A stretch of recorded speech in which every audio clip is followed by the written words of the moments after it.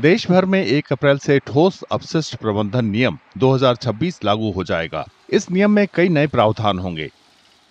नए नियमों में अपशिष्ट को गीले, सूखे, स्वच्छता से जुड़े और खास वर्गों में अलग करना अनिवार्य होगा। प्रदूषण फैलाने वालों से भारी जुर्माना लेने का प्रावधान होगा।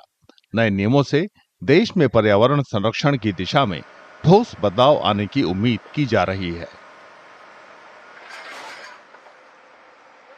My opinion about the new solid waste rules 2026 are that I'm very happy to see how they've held municipalities accountable and also been able to be very precise. I like that waste pickers, informal workers of a whole variety are actually not only expected to be included, but a plan made and reported.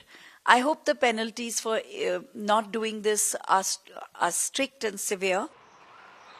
भारी मात्रा में अपशिष्ट पैदा करने वालों के लिए जिम्मेदारियां तय की गई हैं। नए नियमों में ठोस अपशिष्ट प्रबंधन के सभी चरणों पर नजर रखने के लिए केंद्रीकृत ऑनलाइन पोर्टल का भी प्रावधान है। हालांकि जानकार इस बात पर जोर देते हैं कि बेहतर असर के लिए जमीनी स्तर पर काम करना जरूरी है।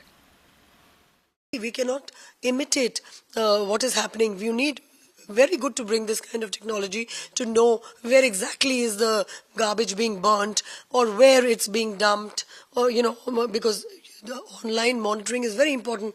Imagine to have maybe 1 million cameras to see who's dumping waste, and sadly I'm telling you, I mean it's quite shocking, but the government will be the biggest violator there. Their own people are the ones who are actually dumping wherever they want, so all that maneuvering will happen, from those rooms that can help. But then how will you take action on that?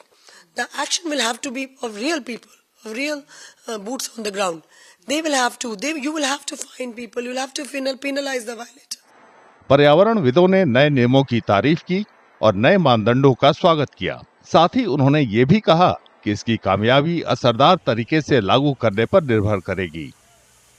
In terms of policy काफी अच्छा कदम लिया गया है, लेकिन हमें लोगों को as well as हमारे प्रशासन को थोड़ा सा इनके बेटर मैनेजमेंट के ऊपर, इम्प्लीमेंटेशन के ऊपर, इनके लिए जो इंफ्रास्ट्रक्चर चाहिए उसको मुहैया कराने के ऊपर ध्यान देना होगा। इसमें काफी ज्यादा पोटेंशियल है एयर पोल्यूशन को कम करने का, इसमें काफी ज्यादा पोटेंशियल है वेस्ट को सोर्स पर कम करने का, और जो हमारा रीयूजेबल और रिसाइक्लेबल वेस्ट है उसका ज्यादा से ज्यादा यूज करने का, ताकि हमारे जो प्राकृतिक रिसोर्स है उनके ऊपर भी बर्डन कम हो सके।